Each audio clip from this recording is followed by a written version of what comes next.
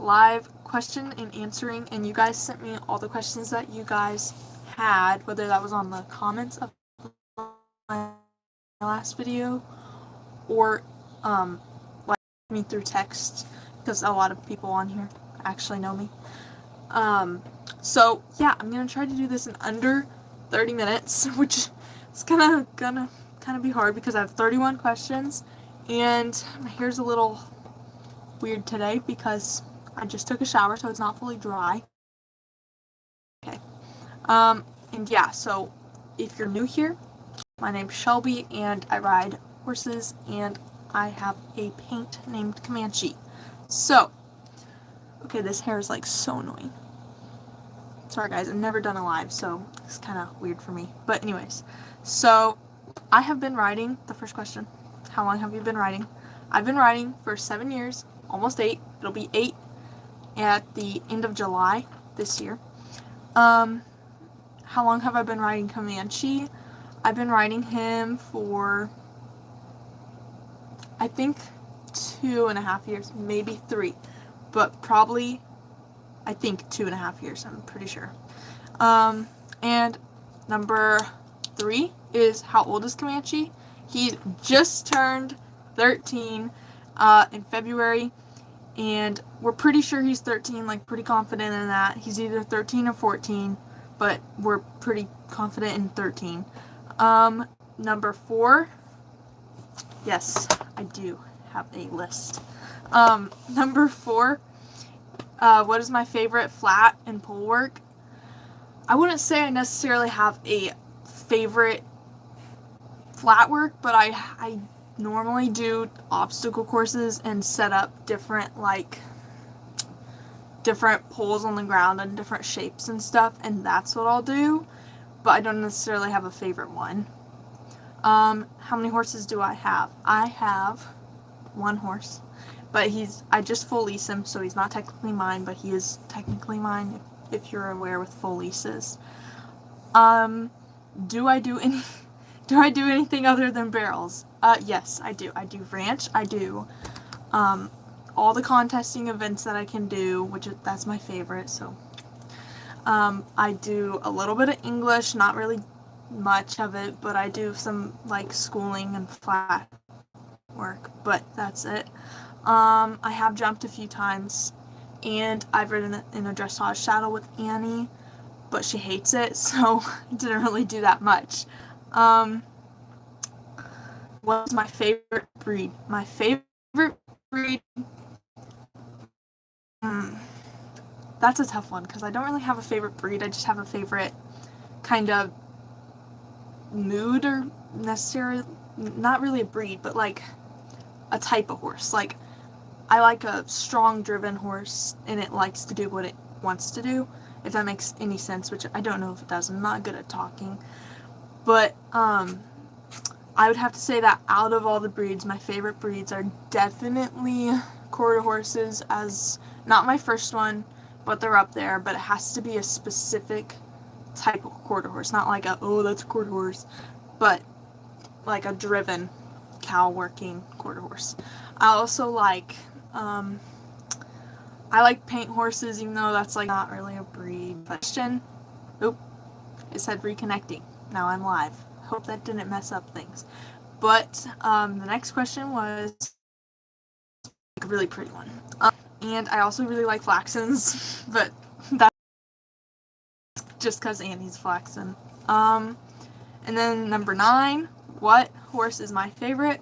Definitely Annie. I love Comanche. He's definitely like close second, maybe first, but definitely Annie. Annie's always going to be my favorite, my heart horse. Number 10, do I like to gallop or keep it chill with a trot and canter? If I had the space to gallop, I would definitely prefer to gallop rather than just trot or canter. And a lot of the times with Comanche, he gets very excited to do what we do, and he doesn't always keep it chill, even at the trot and canter. But when he does canter and it's really nice, that's my favorite gait on him. How many times have I fallen off? 12. and not all of those were pretty, and not all of them were bad, so yeah. Number 12. Do I take lessons or work alone? So, I used to take lessons, group lessons, and then I moved to private lessons, and now I don't do any, but I think I'm still doing pretty good even without a trainer, and my first lesson with a very special someone is on Wednesday, which I might videotape, but I don't know yet. So as of right now, I work alone. My fastest barrel time is an 18.3 in an actual race and in an expo, which I used as a practice run to see how he was going to do. Was a 17.8, but I can't really count that because it was an expo and not really a real run. Also, that's my dog. Well, one of my dogs and all my stuffed animals, because I love stuffed animals. My favorite pull time, or not my favorite, but my fastest, is a 24.2, which was like exhilarating. It was so fun. That was with Comanche. Both of these were with Comanche. Number 14, future career prospects. I don't know, honestly. I really want to have my own barn, and I really want to have a small boarding barn, and I definitely want to train horses and rescue horses, but I don't know how all that's going to fit together. So, as of right now, I'm not really sure. Favorite non-Western discipline and why? Okay, might be controversial, but I like cross country a lot, and I love watching it, and I love when they put the GoPro on their helmets. It's just so fun to watch. I think that it's my favorite because I would have to say that it's fast paced, so it's definitely my style because I love fast, but also they're in control, and it's like a big long trail ride.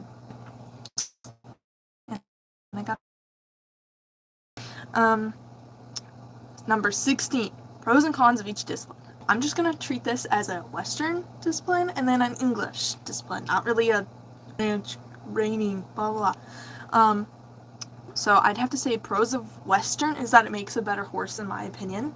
The horses are much, I don't want to say calmer because that's not always the case, but I think they're more exposed to different things, and I think that they're more, I wouldn't say durable because I have seen a lot of horses in the Western world go downhill the second they turn 5, which isn't okay. But I would definitely have to say that the Western horses, they're not like totally different from English horses, but I would have to say that Western horses are more used to different things. And English horses' pros are that they are really, I'm not really an English person, so I'm not really sure about all this, but I have to say they have better muscles. Just have to say that, unless you're a quarter horse. But they have better muscle development. A lot of English barns go more into depth of getting the horse to do exactly what they want with smaller cues, which I personally think is a better thing than the Western world of how they always pull on the faces and they always kick. I think that the English horses teach a lot of riders how to become better riders and handle different spiciness levels. But I think that Western horses can create a lot more relaxation in the riders, and I think that in Westernness it helps the rider become one with their self, and in English I think that it helps create a separation between yourself and the horse, if that makes sense. I'm not really sure if it does, but that's how I think of it.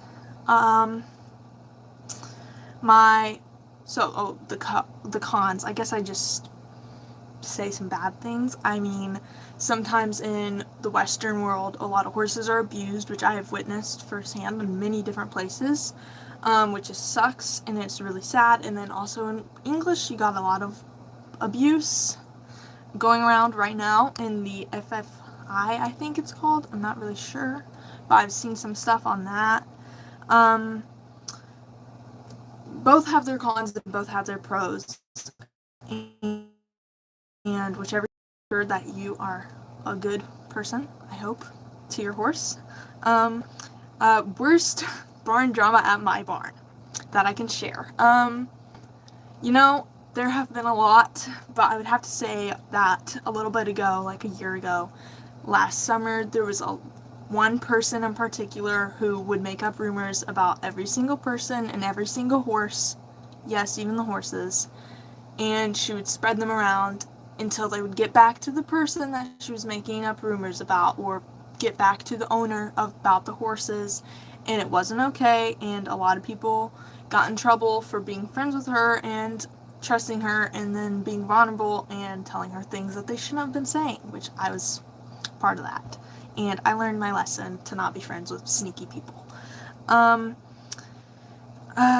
My stance on, okay, this is a weird question. I think I wrote it weird, and I don't think that this is exactly what they said. But my stance on mini horses and grade horses, the breeding pros and cons. My opinion, my opinion on breeding is that, like unpapered horses, if you don't have a purpose for that horse, and if you don't know exactly what you're going to do with this horse, then you shouldn't be breeding. You shouldn't be breeding if you don't have the facility, and you shouldn't be breeding if you don't have the time to take care of a foal. Because so many horses in this world all end up at the slaughter pipeline, and that's not okay. It's horrible. So if you don't have a purpose for this horse and you know that you're not going to be able to take care of it, you shouldn't be breeding, and you probably shouldn't have a horse. Or if you're like breeding just to breed, definitely you should not have that horse with you. Yeah, foals are cute, but not that cute. How often do I ride Comanche? I would say 3 to 4 times a week on regular weeks, and when I have a show, sometimes that can go up to 6, but not usually, because I give him the day off before shows, and I give him 2 to 3 days after a workout. I give him not a workout, but like a show, a hard workout. I give him 2 to 3 days off to rest his muscles. He lives in the pasture full time, so he doesn't really have a stall out there, in my opinion. Where is this at? Where am I at? Okay, I'm at number 20. Do I do Liberty work? Yes, I love Liberty work. I taught Andy so much in Liberty work. I'm trying to teach Comanche right now, follow and stay commands, but the follow is going a lot better than the stay commands. He's very clingy. Number 21. Most recent fall story. Okay, so he has a bad side of cantering and he has a good side of cantering. Sometimes he bolts, and this is the case where he was bolting a lot during this month, and I was trying to figure out why he was bolting. So I didn't give him the full arena to work with, because that's usually when he bolts. I don't like bolting. I don't like bolting horses. I think that if you do like bolting horses, then you really haven't been on one that has really bolted with you and hasn't really scared you. So we were going in a circle on his bad side where he liked to bolt, and I couldn't figure out why. So I made him circle, and he got fed up with me, and he dumped me, and he slipped, and after he dumped me, he slipped, and he fell on my leg. So that was so fun, totally. How many horses do I want in the future?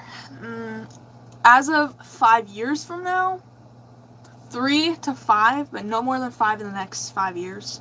In the way future, I have no idea. I don't know where I'll be. I don't know what I'll be doing. But, I just have to roll with it. So maybe one day I'll have more than 5 horses, but as of now, I definitely don't want more than 5 horses. I'm totally content with just Comanche. Do I have my own property or do I board? Yes, I board. I do not have my own property right now. We are looking, and I don't really board. I just do a full lease, but the board cost is put into the full lease. So if I do get my own property, I might ask for a off-property board, which they kind of already told me about. And I was like, okay, well, we don't have a property right now. But anyways, next question. My stance on leasing and what should it entail. I think that if you lease a horse, you can do multiple multiple different leases. You can do a care lease, you can do a part lease, you can do a lesson lease, you could do a full lease, which is what I have. And if you do a full lease, which I personally think is like the best one to do, then it should entail that you can come anytime you need to go to the barn. You should be able to do whatever you want with that horse without having to be all, this is what I'm doing with this horse. I think that it should include the things like feed cost, things like board cost. I think that you should be able to pay for whatever you want to pay for, and then whatever the barn, because different barns have different, what's the word? I don't know the word. The word's not coming to me. But I think that each barn needs to have their own basics of what each lease entails and what it doesn't. And my barn personally entails that I can do basically whatever I want with Comanche as long as I pay. And yeah, so that's what I think the full lease should entail. At least I think that you should be able to do whatever you want as long as your barn is okay with the basics. Then I think that that's okay for a lease. How do I recommend to do groundwork? So I would recommend, I'm going to go from not a Liberty standpoint, I'm going to go with lead rope and halter standpoint. I think that you should first focus on lunging and getting them to respect their boundaries on the lunge and respect vocal cues and cues with the different amounts of pressure to their lead rope and their halter while they're being lunged. I would really recommend not having fear with the whip, and not even tapping them with the whip unless they absolutely need it. But nothing like hitting, nothing like smacking the ground, making it crack. I don't think that that's okay. And I think that if you do that, I think it's going to put more fear into your horse's brain, because they're flight animals, so they're not going to want to be around that. They're not going to associate working with you on the ground as positive. So I would recommend starting small and then getting bigger, and I would personally start by the lunging. What are we on? 26. Is it good for a horse to do both English and Western? Okay, I think that if you have a versatile horse that can have a Western fit saddle and an English fit saddle, you should definitely be doing both with your horse. But I also think that if you have one specific goal in mind and one specific thing that you really want to work on, that you should not be doing both disciplines. Or I'm just going to treat English as one and then Western as one. I don't think that you should be switching it up all the time, because your horse will be like, what are we doing? What are we doing? But I do think that each horse that can have a properly fitting Western saddle and a properly fitting English saddle should and could be doing both. But I know that some English conformation-wise horses don't have a good Western fit saddle. Like, you have to get it custom built, and those cost a lot of money, because if you just throw any old Western saddle on them, it could possibly hurt their back, and that wouldn't be good. So I just think it really depends on how your horse is built, but also what your goals are. So number 27, best horse memory with family. Okay, I would have to say my top favorite is the time I put my mother on Annie for about 10 minutes, and she's only ridden about 5 horses in her whole life, so that was pretty fun. And seeing her ride my heart horse was just like, aw. But my second favorite, okay, I'm sorry if you're watching this, Charlie, but this one time this is like funny to me, probably not funny to her, but this one time we did a family trail ride, and she was all like, oh, I want to ride this horse, she loves me so much, blah, blah, blah. She didn't get to ride that horse. She had to ride another horse. And the horse that she got put on was a little bit head hot, and, or not head hot, but hot-headed. And when she got put on her, she went to a trot, and she was like, whoa, whoa. And then I just laughed to myself, and I was like, but anyways, I don't know if that's one of my favorites, but it's definitely one that I remember, and it brings a smile to my face every time I think about it. So, Number 28, so we're getting near the end.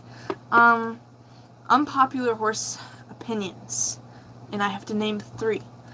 Okay, these are controversial, and I don't mean to make anyone upset, but I do have to say that the Tom Thumb bit is definitely, in my opinion, abuse, and that no horse should be using it or anything. Because it does have a nutcracker effect no matter what, and it does puncture the horse's roof of its mouth. And I think that if your horse was trained with it, it needs to be untrained with it and trained with another bit. So, that's one of them. I also think that trainers really need to focus with their new riders on people having the proper seat and heels down before they even move up to the canter at all. I think that is super important, because if you move to a canter before you can even sit a trot or sit anything without your heels going like this, or your butt coming way off the saddle, I think that that's a problem, because when you move up to a canter, you're going to already think you're ready for a gallop, and you're not. You might fall off, and it won't be good. So I really think that people need to focus on getting their heels down and proper seat before moving to a canter. And last one is not really controversial in the well-known horse world, but I think that skinny horses shouldn't be ridden at all, shouldn't be worked, they shouldn't be doing anything. I think that if you have a skinny horse, they could do groundwork, but I don't think that they should be ridden, and I think that if they are going to be ridden, they need to be ridden 2 times a week max, and they need extra food, extra support, everything. They need to be treated like they are being asked to gain weight. You can't just keep pushing a skinny horse. That's my opinion. How many trainers have I had? I have had 2 so far, and on Wednesday I will officially have my 3rd one, which hopefully goes well. I hope it does. Hopefully she can help me with some of my problems with Comanche. Number 30. How many horses have I showed? I think I've showed 4. Don't quote me, but I think I've showed 4, because I've showed Rapper at one show, I've shown Annie at countless, and I've showed Comanche at countless, but I've also shown my baby boy, who's now in heaven, Guinness. I showed him at one show, a small local one, and as an Irish sport horse, he wasn't necessarily a contesting horse, but it's totally fine. It was so fun. I just said that. Number 31, which is the end, which I did do it in under 30 minutes. What is my favorite horse movie? I think that I would have to say Hidalgo. I think that's what it's called. Maybe. I forget. I haven't seen it in ages, but I remember it's about a paint horse and an endurance race, and all the other horses are all these Arabians and other horses like that who have endurance, and the paint horse is being mocked for being smaller and being a more westerny horse and not really an endurance bred horse. And I think it inspired me to push through with my gaited pony to become a barrel racer instead of just giving up and moving on to the next horse, which is a big thing for me. So yeah, I'm not really sure how many people joined this live, because I wasn't really paying attention to that. I don't know if I'm going to be able to put this on my channel, because I have never done a live before, but hopefully I will. And if you see this in the future, hope you enjoyed, and hope you enjoyed my longest video ever, which is almost 25 minutes. It probably will be by the time I'm done talking. And yeah, thanks for 900 subs, and now I think I have 920 last time I checked, but I'm not really sure. So yeah, thanks for all the questions, and if you have any more, feel free to comment them or put them. But yeah, and I don't turn it off.